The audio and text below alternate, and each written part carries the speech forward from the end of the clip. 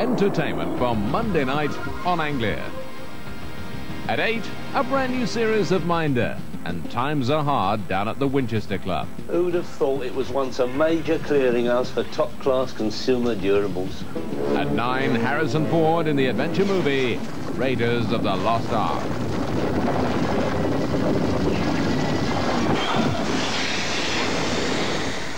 Lizzie! At 11:25, passions run high in Prisoner Cell Block H. Hey! I want to talk to you. Come back here. Wouldn't you agree, baby, you and me got a groovy kind of love. Phil Collins talks about his role in the movie Buster at 12:20. Monday night on Anglia.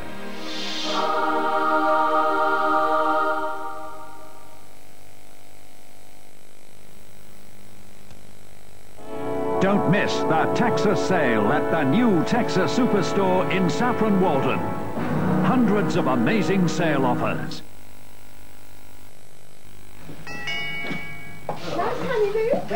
We were just passing and... Coffee?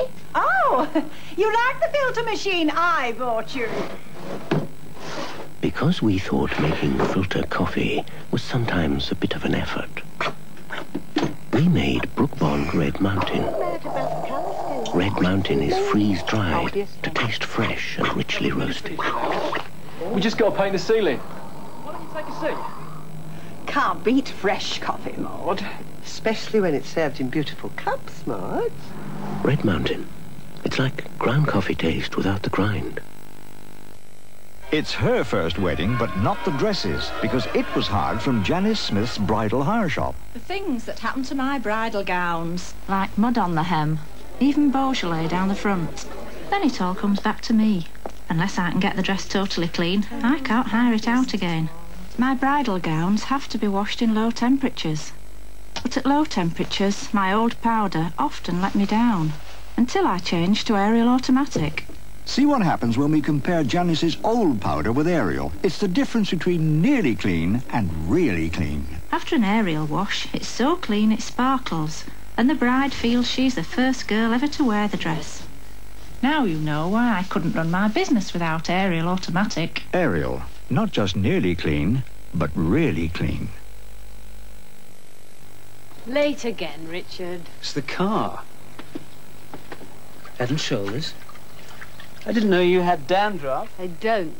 Well, if you don't, who does? You can't always tell the people who do use Head and Shoulders quite as easily as those who don't. With an ordinary medicated shampoo, dandruff can still be there. But with Head and Shoulders used regularly, it's completely clear. Don't have dandruff. Have great-looking hair with Head and Shoulders shampoo and new conditioner. Hurry up, boys. You'll be late. Come on, missus.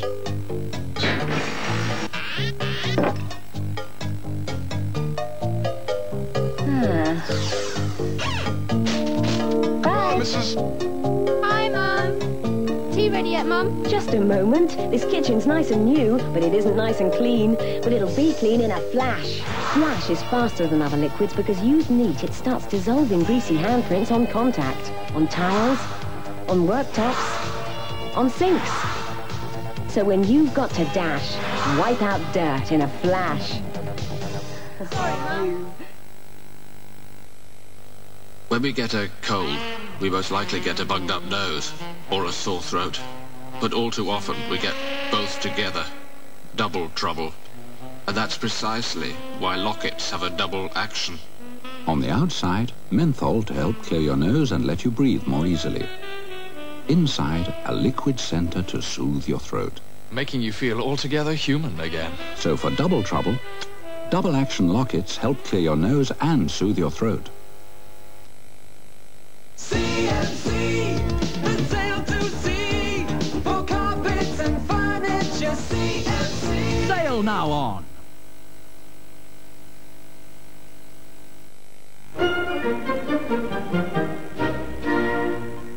Farming Diaries on the move to a new time of 12:30.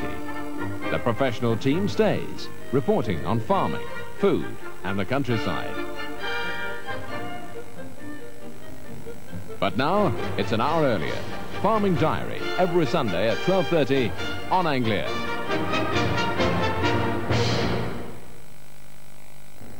In a quarter of an hour, Dickie Davis looks back on an exciting year in the ring, at home and abroad. Boxing 88 at 1:15.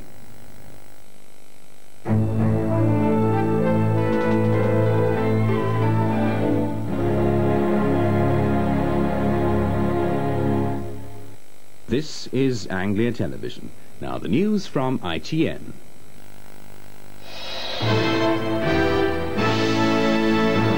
The news from ITN. Chancellor warns New Year shoppers interest rates may go up again. Mr. Lawson said he won't hesitate to raise rates again if he thinks it's necessary. He insisted it was the proper way to manage the economy and that everyone would be much worse off if he'd allowed inflation to get out of hand. Stores have had a good Christmas, but there are signs in particular in London that shoppers are beginning to feel the pinch as high mortgage rates cut into the available money. But judging by the number of people, it is very thin. I mean, you can see by the pavement and in the stores, you know, you can walk around quite comfortably. We've been up here other years and it's been really, you know, busy. But not this year.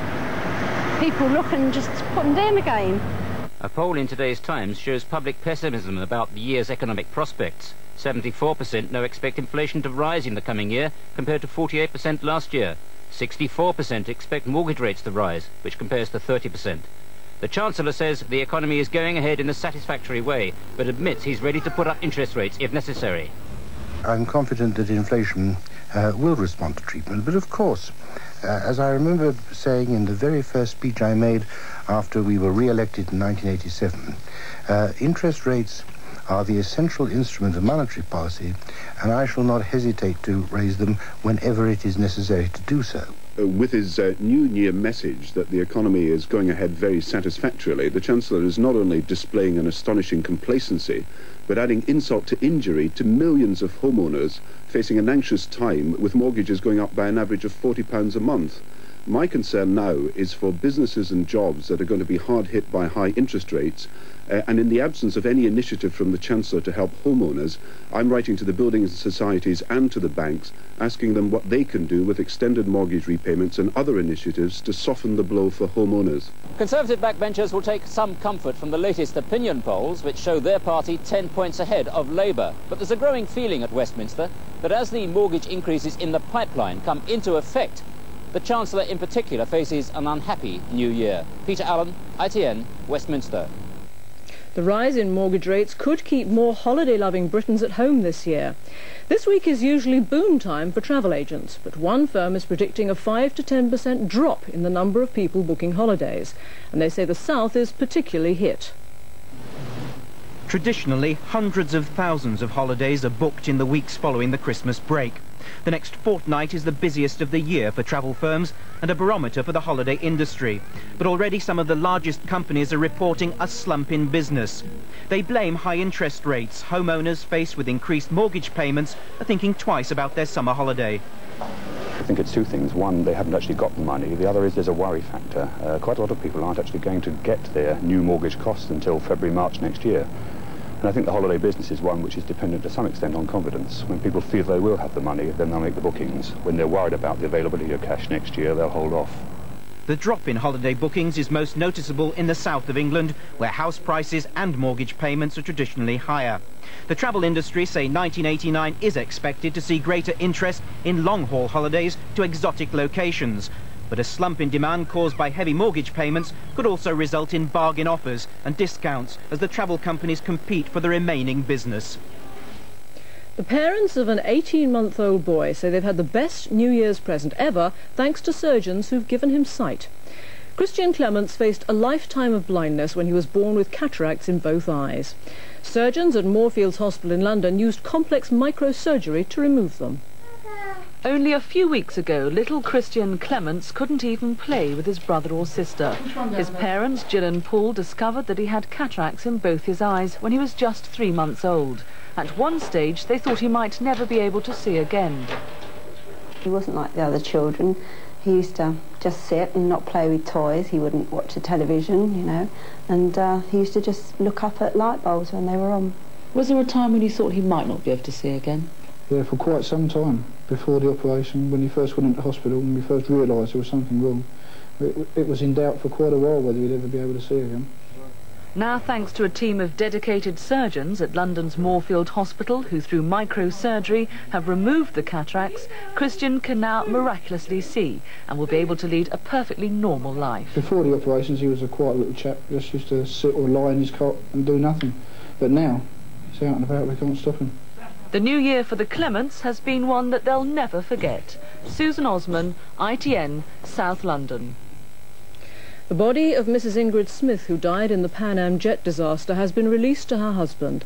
Yesterday, Captain Bruce Smith, a Pan Am pilot, criticised police for being unnecessarily slow in returning bodies to their relatives. In Lockerbie Library, now the Community Liaison Office, the people of Lockerbie are themselves taking over the role of counselling each other with help from the professionals. The people who come into this office meet local people up front, manning the desk. The former police sergeant locally is coordinating the desk side of it for us, and everyone they meet is a local person, and that's awfully important.